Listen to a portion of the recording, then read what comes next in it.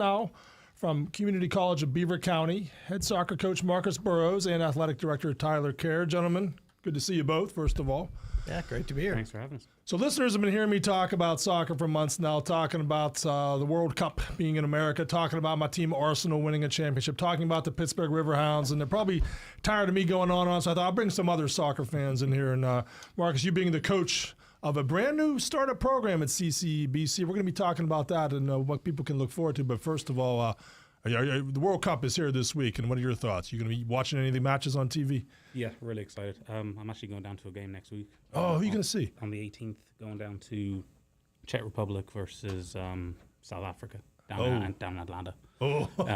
It was going to be the game that my native Ireland were going to go to be in, but didn't make it, unfortunately. But got the tickets and said, sure, may as well go down and experience it anyway. Yeah, we got to explain the accent there. You have people are hearing you have the Irish accent, but you also have some English blood too, right? Yeah, born in England and moved to Ireland when I was 7. Was coaching, playing over there, and then ended up moving over here 5 years ago. Got a job with BC United, local soccer club in Beaver County, and then started with CCBC for this fall. You got to be excited about a startup program, and how does that work? Are you looking at high schools? Are you recruiting? Or are you having tryouts? Or how to? Yeah, we've been recruiting. Got the job probably about 2 months ago at this point. Been recruiting. We've got more than a team right now. Still a few roster spots left. We got the incoming class. I think Tyler was telling me there's still a large portion of people yet to sign up for the upcoming year. So we should have a pretty strong year coming up. Athletic Director Tyler, talk about what made CCBC want to have a soccer program.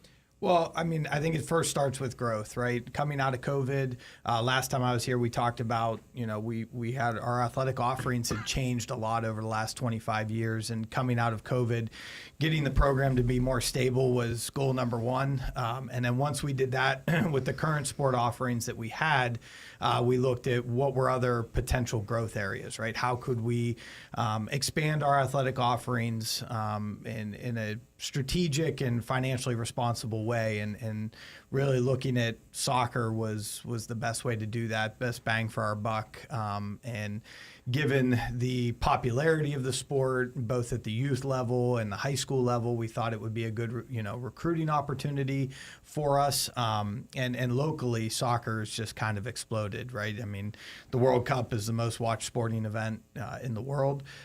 Youth soccer has exploded. Any Saturday driving around Beaver County, you'll see tons of youth games going on. So we just thought it was a good opportunity to grow our offerings and then, have some more fun on campus and do some different things to get student engagement going. And Marcus has done a great job so far. He's shown he's in that world. He grew up in that world. He knows it very well.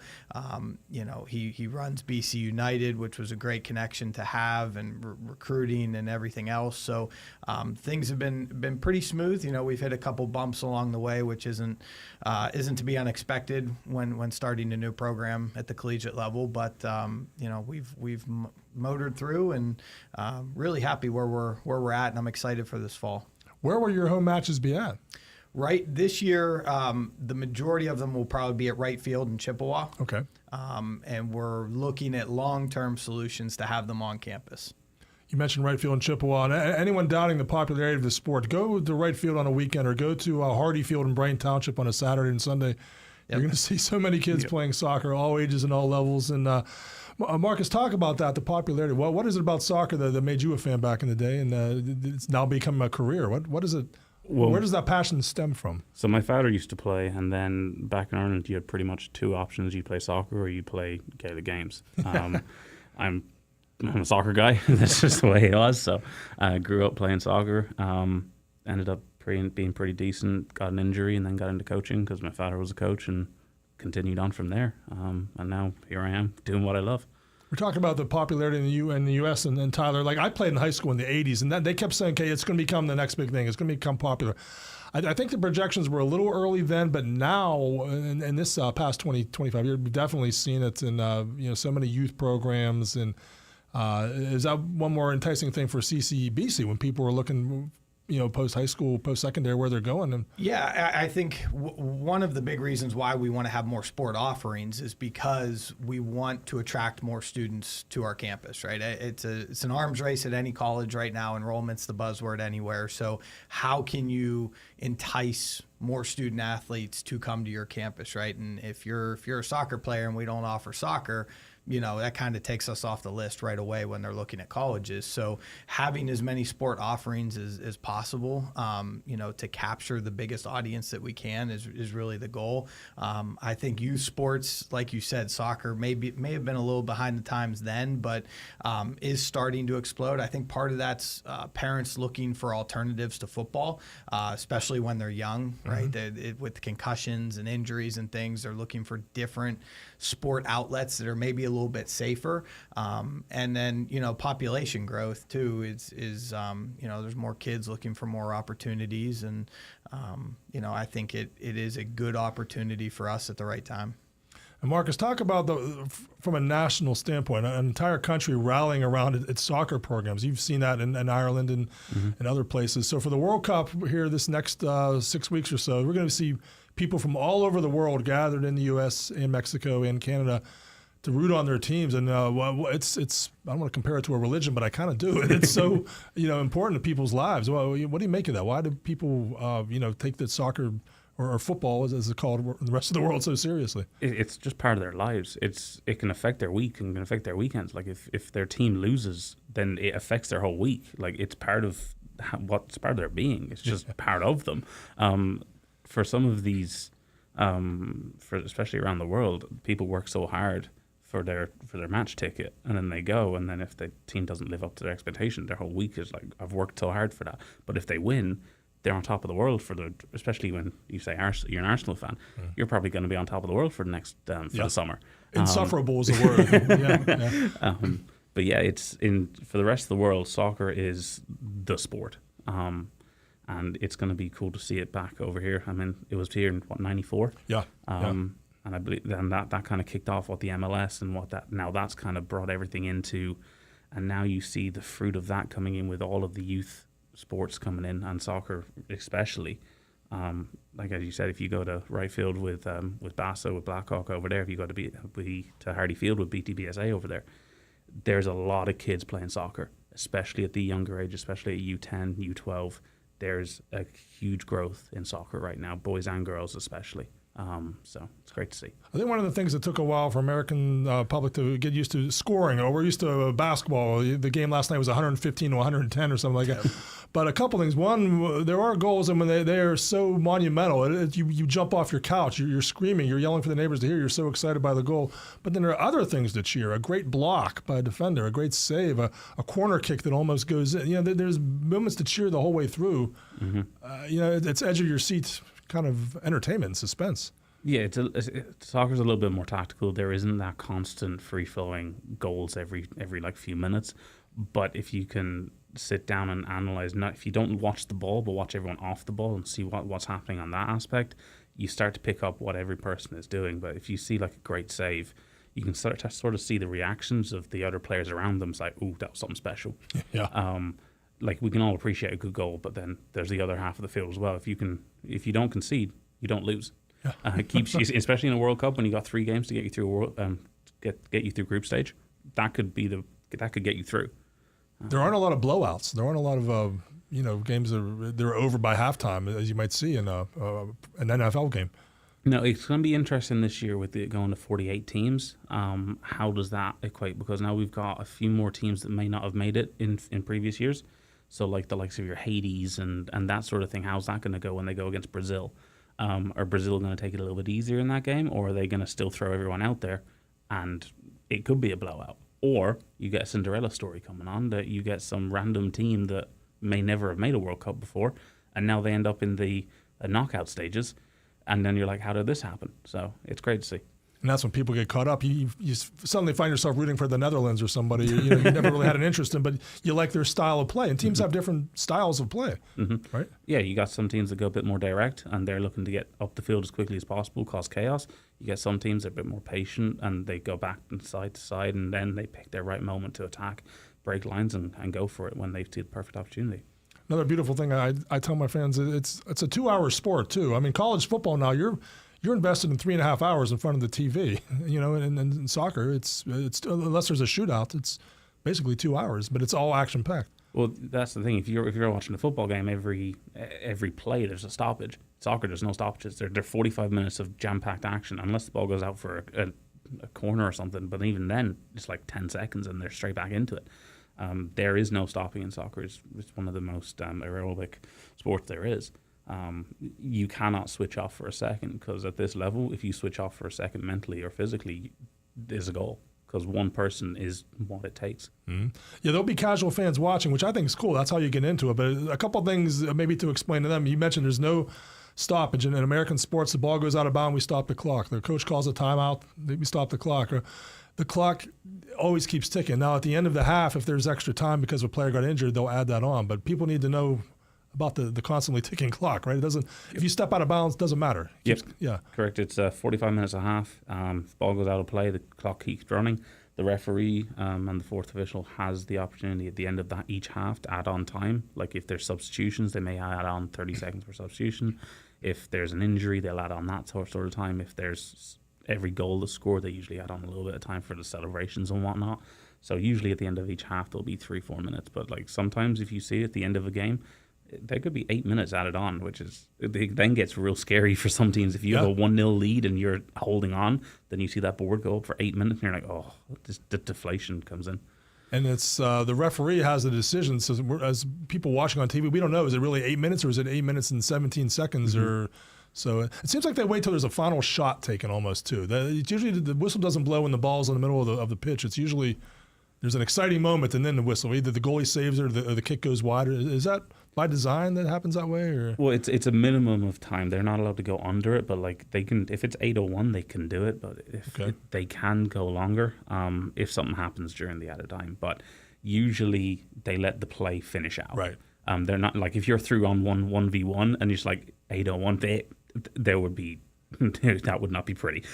So yeah, they usually let the play go out, and then if they clear it out to like the halfway line or something, then they'll call it. Or if it's egregiously over the time and a corner happens, then they'll call it, and then usually someone gets upset because they want to take the corner. And let's get into the injuries. Every once in a while, you'll see a guy get kicked in the shins, and I as a former player, you know how hard that hurts. But sometimes they go down and they roll around like they've been shot, basically. Now, is some of that just to kind of rest, to kind of take a breather, or are they trying to get a call from the referee, or what? A bit of both. Sometimes you could be looking for a card. If you know someone's already on a yellow card and they come in a little bit hard and they're looking to, if I sell this right, there may be a red come on. That's changed a little bit now with VAR coming in with the technology, that they can slow it down and see if they did actually connect. But sometimes it is just to kind of settle things down, slow things down. But they've made a rule change this year that if you get medical staff come on, you have to go off the field for a minute. Oh, for the World Cup. So I didn't know that. Yeah, if that could start to change some things, because now you're not going to get the people rolling around for ages, and then you're like, whoa, now you're going to have to go off for a minute. Yeah, because you see those guys rolling around, and then 30 seconds later, they're running as fast as they can. And it's like, wait a minute. Or they do it in the middle of the field. They see their team run down the other end, and they're about to score, and they're like, I want to be a part of that. Yeah. Richard. And you mentioned VAR, for people to know, that's the version of the instant replay, basically. And anytime there's a goal scored, almost, they're checking for things like was somebody offside, or And is that call made on the field by the referee, or is it, how do they determine? So every goal is double checked by VAR at some booth somewhere off campus, and then they'll call in and say, if it's obvious on the video, they'll just say to the referee, hey, it's no goal, offside or something like that. Sometimes when it comes to like red cards or something happened in the field and the ref didn't see it, they'll call them over to a screen on the halfway line and say, hey, have a look at this. You make your decision based off of this, but we've seen this, you need to have a look at it. They can do it for goals, they can do it for red card offences. They've made a couple changes this year that double yellows they can now be changed by VAR. They couldn't, it was only straight red cards, which is good because there was some people that got done for a double yellow, and the first yellow wasn't actually yellow, or the second yellow wasn't, and now they've been sent off for something they didn't deserve. And to keep it really generic for casual viewers, a yellow card is kind of a warning from the referee. You do that again, you're out of the game. And if you get a second yellow card, that becomes a red card, and you were kicked out, and your team is minus a player the rest of the game. So it's very important not to get a red card to get kicked out of the game, or you're. It's like, think of hockey where your player's in the penalty box for 2 minutes or 4 minutes. In this case, the rest of the game they're out. So very important. Especially, and I said, at that level, if you come up against a top team, they will start to pick you apart with that one player less, because you're not able to press in the right areas, or you're not able to man every part of the field, and they'll just send an extra person forward and overload you in key areas. Talking with Marcus Burrows, head coach of the soccer program, the new program at CCBC. We're joined by Tyler Kerr, the athletic director there. So, Tyler, what are some of the schools that you guys will be facing off against in soccer? Yeah, so we have a game scheduled, crosstown rival with Penn State Beaver. So that'll be a good one and a first for us. But then our region is Region 20. So we will play Howard Community College, Chesapeake, Cecil, Hagerstown. There's like some Maryland schools. Yeah, our region is predominantly it's Western PA down into West Virginia. Potomac State is in our region, and then the rest of it is pretty much down in Baltimore area. And you're, of course, very active with the basketball program as well. And then what are you seeing about the growth of just CCBC sports in general? It seems like more people know about the basketball team, I would say. Yeah, our marketing team has done a phenomenal job promoting us. We've done media days the past couple years where all the players have gotten photos taken and bios done, and we've done spotlights on the players, and we've linked our social media to all of our athletic stuff, so that gets out there quite a bit. I think last year the Dome celebration that we did was great, and that got the community engaged. I mean, I think social media is a big part of it, because it's easier access, right? Websites have been around for a long time, but not everybody really, if you don't know about CCBC sports, you're not going to really search for the homepage and go watch a game. But if it comes across your feed on Facebook or anywhere else, you might say, hey, not much going on in Beaver County this weekend, let's go check out a game. And then I think once you see the level of play and the competitiveness and the dedication that our athletes put in, then I think it kind of hooks you. In basketball, a lot of times they'll start the season, there's like a midnight madness kind of thing at 12:01 a.m. the first day you're allowed to practice. Yep. Did you guys ever do something like that? Not yet. I've done it in the past. It's a grind from October 1st all the way through March. And usually the first few practices are not the prettiest. So, gotta get in shape. That's part of it. A lot of running, a lot of drills. They still call them suicides? Yeah. Our players don't really like 17s running across the court 17 times. They hear that and they're not too happy. But yeah, I mean, it takes some time early on in the year to gel, and especially at our level, we're dealing with, and with NIL and everything now, you're dealing with pretty much a new team every year. You might have a few returners here or there, but you're trying to teach your system how the way you want things done, expectations and rules and all that kind of good stuff. It can be challenging at times with a new group of kids every year because they have expectations, when they're coming in, and what they think the experience should be, and then kind of the reality of what it is and what you have to go through. Those are all challenging things, but. Well, how do you now launch a soccer program? Will there be an introductory thing for maybe on campus? Will there be an open practice for people to watch, or that first game? Or? We've been talking a lot about promotional things. So we do at least one promotional event for each sporting event per year. For volleyball, we do a pink out night usually in October.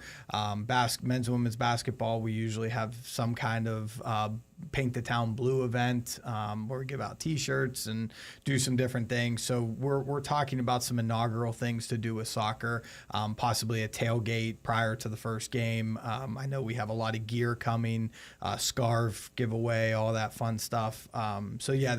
We do a big student-athlete orientation that's part of our new student orientation right at the beginning of the year every year. So my guess is we will have some stuff planned for that, as well as the first game for sure. And Marcus, talking about the training for soccer players, I mean, you have to be able to run for 2 hours.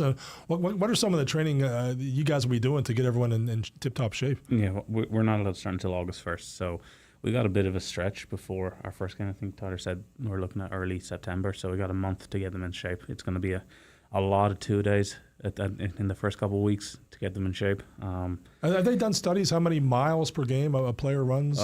You're talking. I'm talking kilometers. You're talking about 18 kilometers a game. They're running, so what's that, about 12, 13 miles per game per player. That's a lot. And different positions make different mileages.